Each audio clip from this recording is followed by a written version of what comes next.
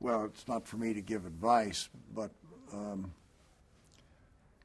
I heard a rabbi say not long ago that Christian pastors have ruined the life of a rabbi, because a rabbi is a scholar and a preacher, but Christian pastors are social workers and therapists and budget managers, and now he said people in his synagogue expect him to do that.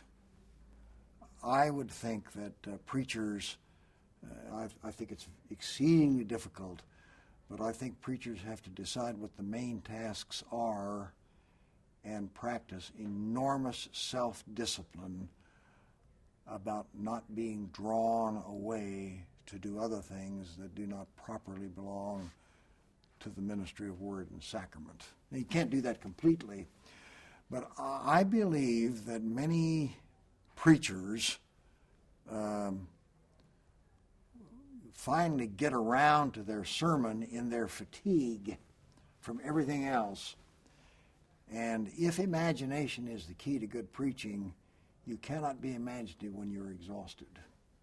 So I think it has to do with ordering one's priorities for the sake of one's best energy.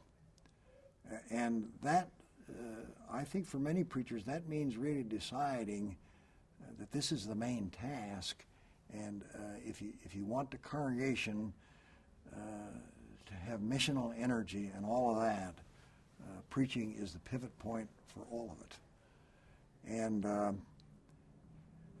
if a pastor decides that, then the pastor is going to make more time for reading and study and prayer, which are the disciplines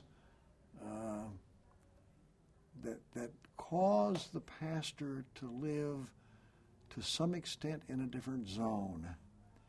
And if we are to bring a word from elsewhere, then we have to live to some extent elsewhere. And I don't think that's very easy given the huge demands and expectations on most pastors.